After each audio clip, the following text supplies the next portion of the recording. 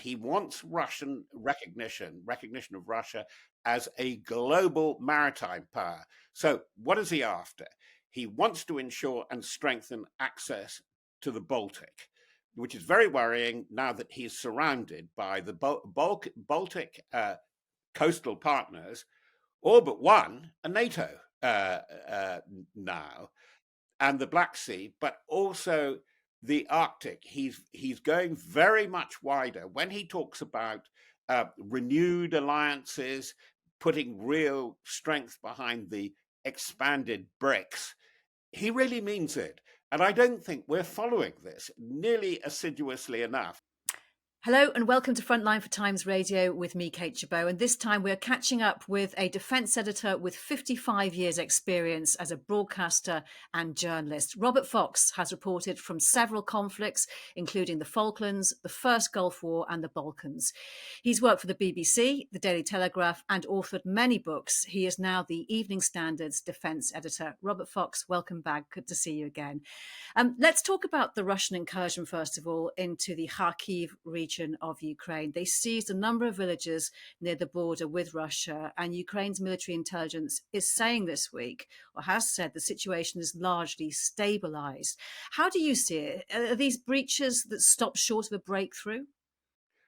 They're very interesting. They are a probe that should have been expected, but they came in an unexpected place and in an unexpected way, in that they came straight for Kharkiv, where the Russians were thrown out towards the end of 2022, as you may remember, and the Ukrainians congratulated themselves a lot about that, quite justifiably in some ways.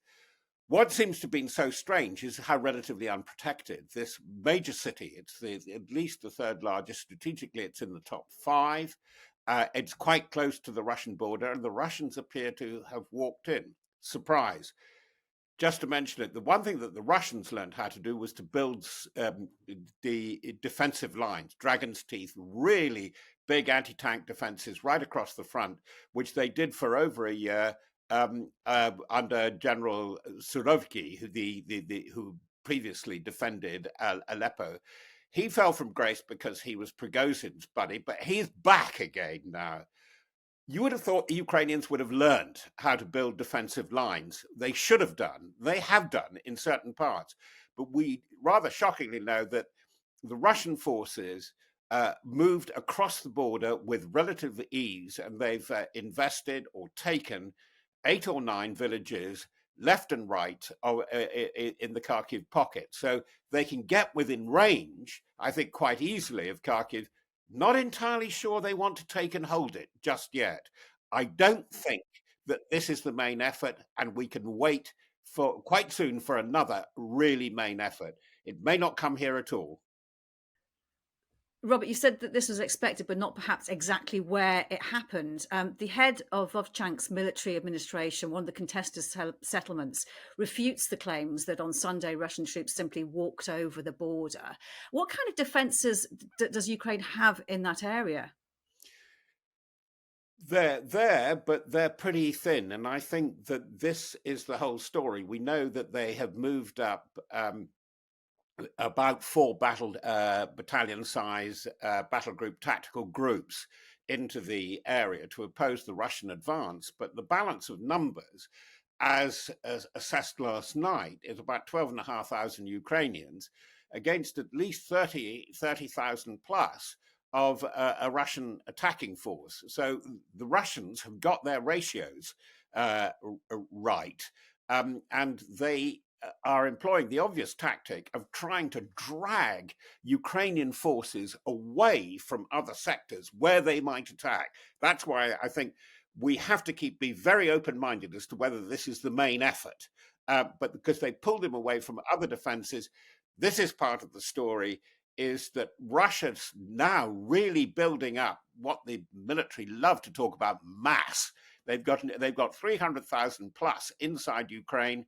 The Ukrainians are very thin and very exhausted.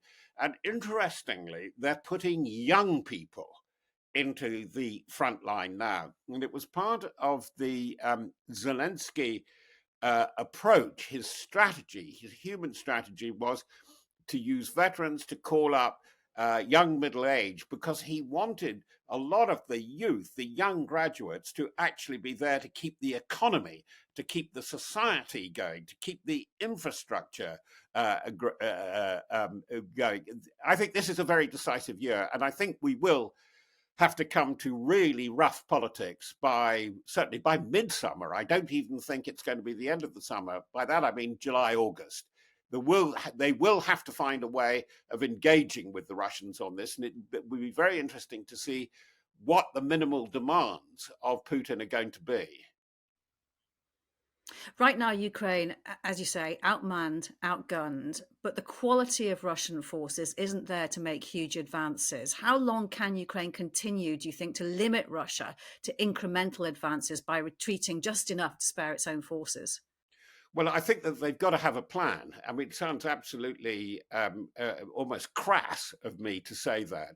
But one of the things that I think is striking now, reading the in-depth analysis of the Institute for the Study of War, which we all look at, The Economist, and then going even further, foreign policy, foreign affairs. These are the things in the public domain. And then you go to strategic conferences. It's all sea power in the UK at the moment, the future of the Royal Navy and maritime NATO, but there have been very interesting revelations there.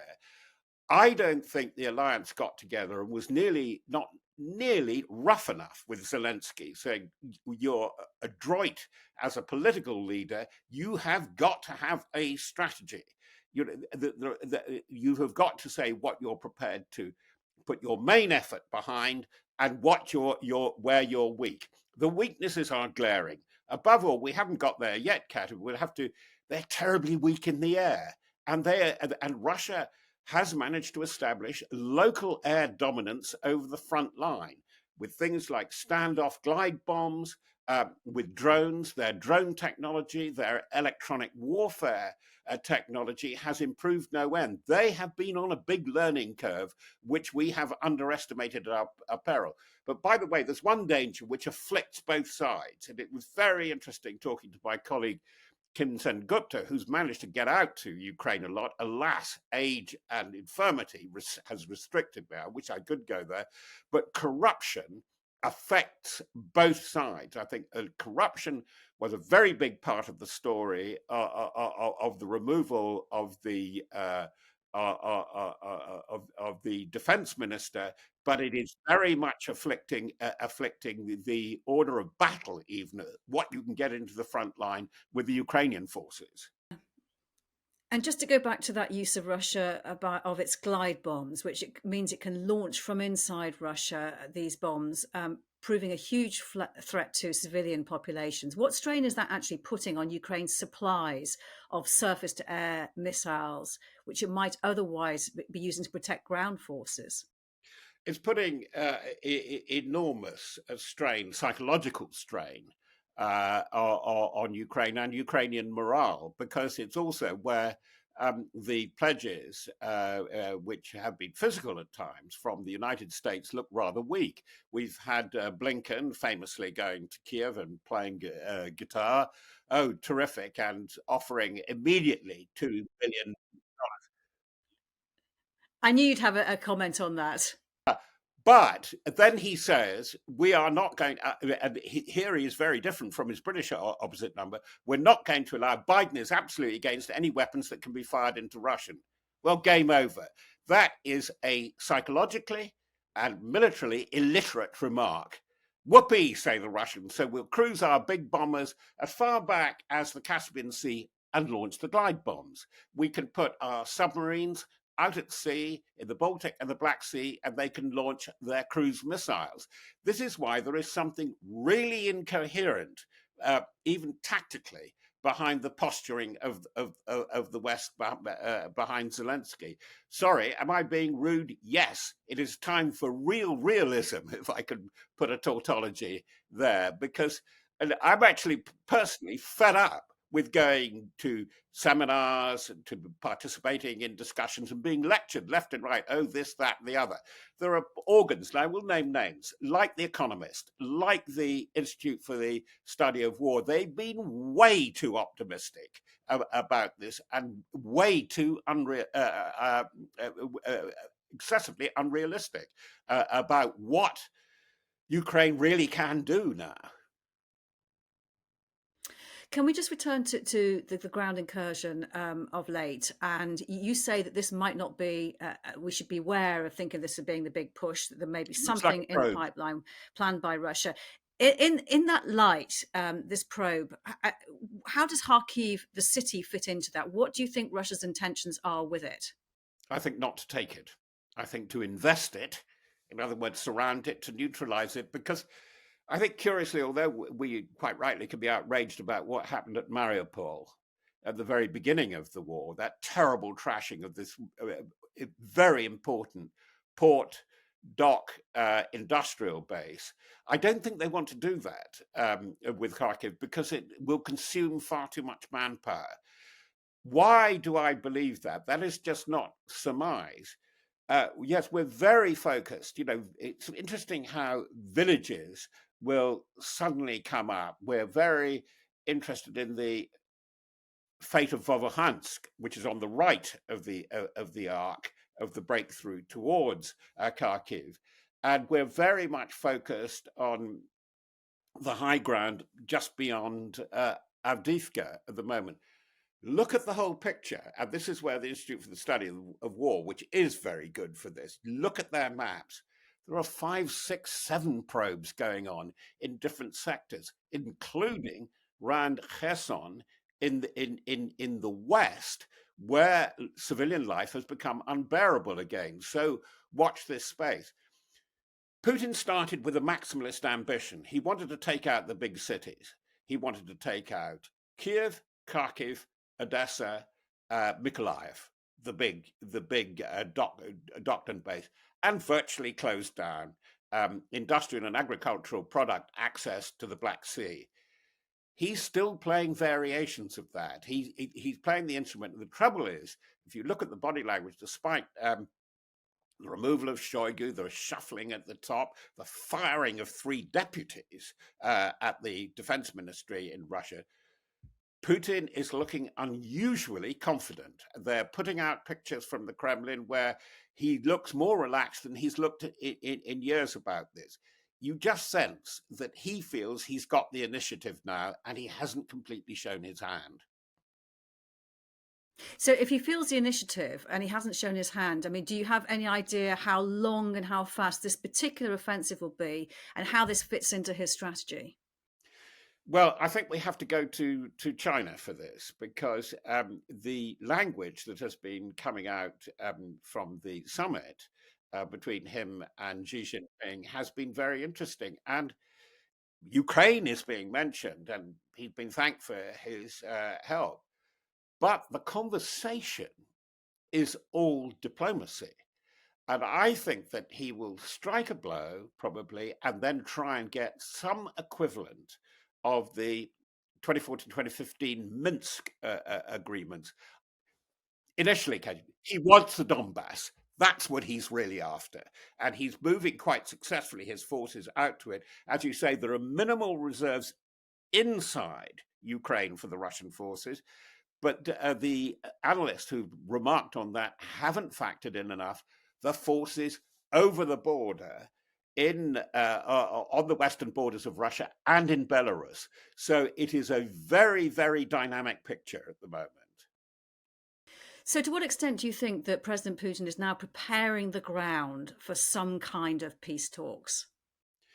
Depends what he wants and where he is. It was very interesting this week. Sorry, I said to you I wouldn't allude to this, but the naval conference, 75th anniversary naval conference of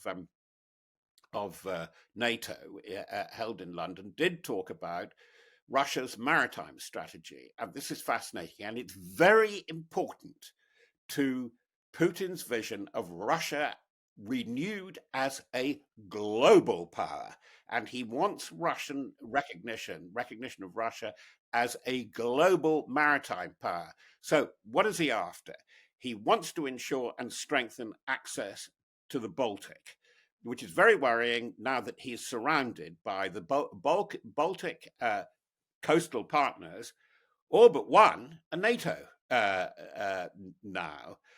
and the Black Sea, but also the Arctic. He's going very much wider when he talks about renewed alliances, putting real strength behind the expanded BRICS. He really means it. And I don't think we're following this nearly assiduously enough. We're far too much consumed, partly because the West, Europe, the United States, UK, are obsessed with their own electoral cycle. Okay, you said it's very interesting what's coming out of President Putin's visit to China to see Xi Jinping. Obviously, it's early stages in that visit, but there are statements coming out beforehand that they had said that they talked about the stabilizing relationship between two stabilizing forces in the world. First of all, what did you think when you heard that? Well, it's part of a familiar story now. We do not accept the rules-based order, so-called, established by the West. The target, by the way, is going to be for soft power. Is going to be is going to be the UN. But I'm not saying this is all pussycat country and let's sit down and have a cup of tea and talk it out over a samovar.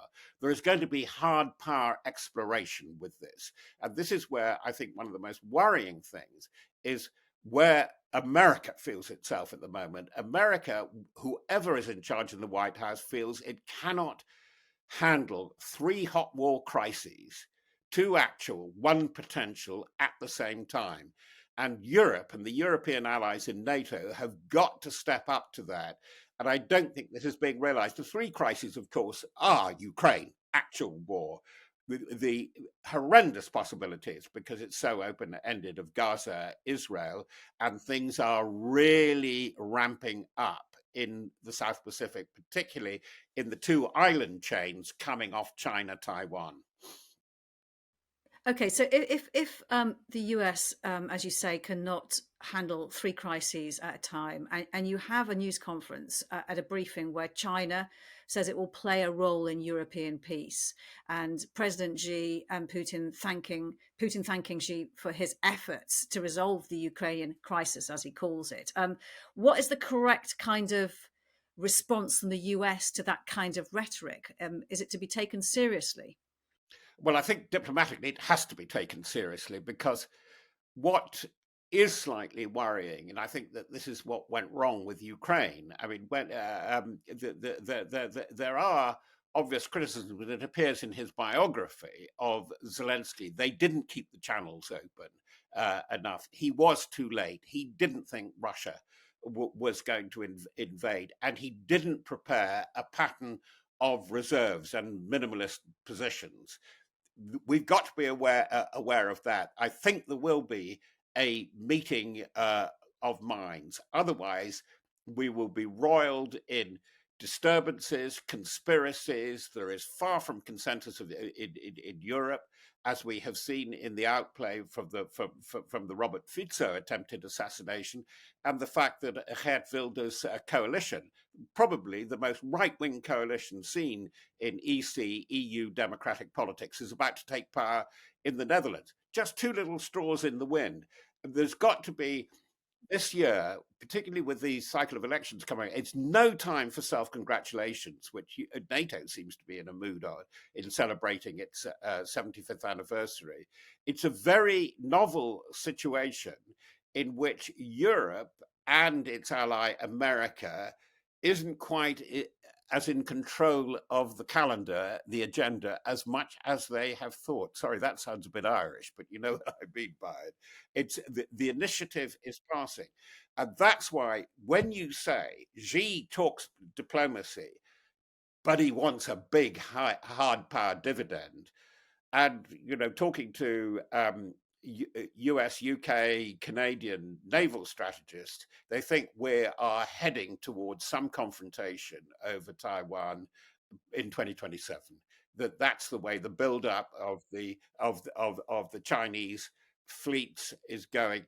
Let's not focus that. Yes, of course, that has a reciprocal effect in what's going on in Ukraine and what support can be given there. And in that light, the US strategy will be crucial to determining China will be watching very closely how far the US is prepared to go in supporting Ukraine, especially with its sights on Taiwan. Yes, but let's get back to Russia and China. The unexpected quartet that has emerged, and it's very troubling in and around the Israel crisis as well as Ukraine, is Russia, China, with Russia very much the junior partner, always was going to be, Iran, North Korea. That North Korea is supplying both quantitatively and qualitatively an awful lot of ammunition, ordnance, including quite advanced missiles. Iran, likewise. And what is the name of the game? And this is why we have to watch that the tactic that has proved so successful for Putin is disruption. They talked about the alliance of autocracy. No, it's the disruption alliance. And this is the way that they will play it. And this is why the connectivity, I think, is showing how thin the resources are, particularly of the European allies.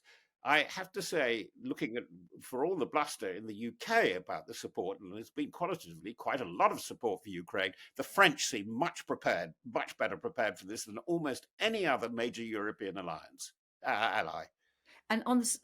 And on the subject of disruption, I would imagine that President Putin would be rubbing his hands about what's been happening in Georgia, experiencing its largest demonstrations in its history, I think. This is in response to the so-called Russia law, which would oblige NGOs and independent media receiving more than 20% of their funding from foreign donors to register as bearing the interests of a foreign power. Now, NATO warning the bill is a step in the wrong direction.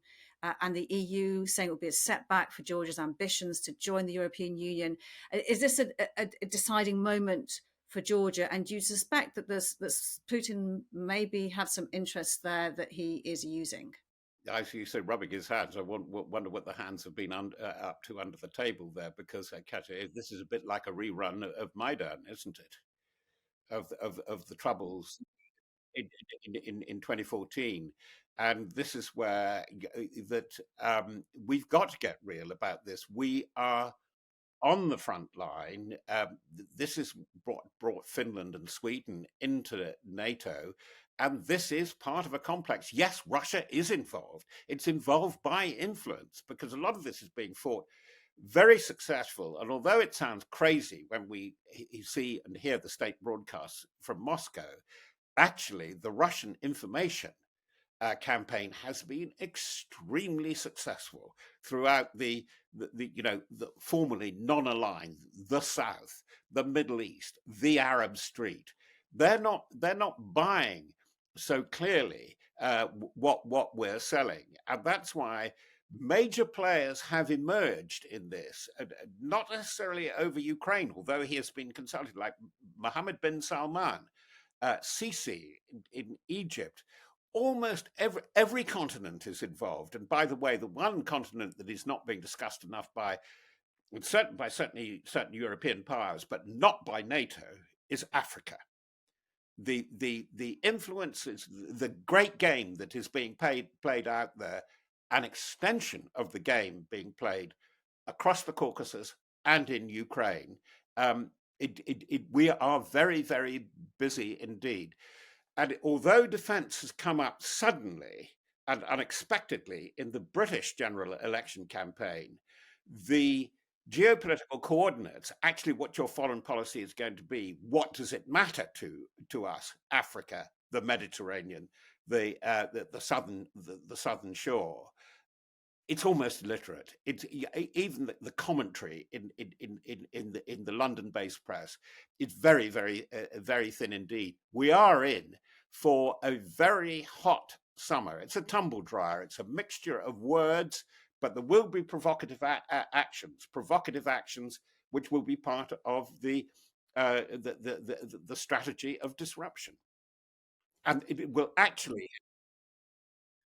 Well, you see, the thing is where it's happening already, and I wish I knew more about it because I see indications of it, is that confrontation and conflict now exists in 6 dimensions, and we're forgetting the subaqua, that is beneath the waves as well as on the waves, space and cyberspace.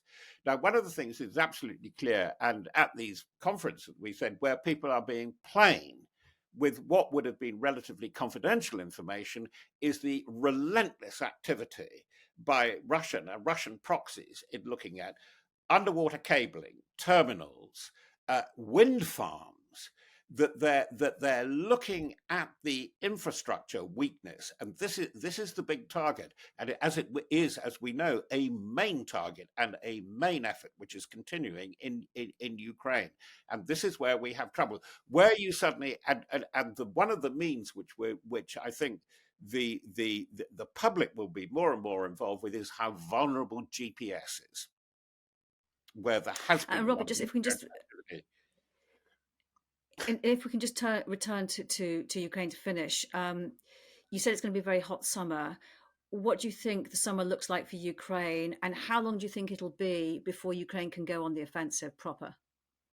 I don't think it is in any shape to go on the Ukraine this year, go on the offensive this year. I think that it too must adopt a strategy of disruption and not giving the game away. Where they've got the Russians on the back foot is in the Black Sea.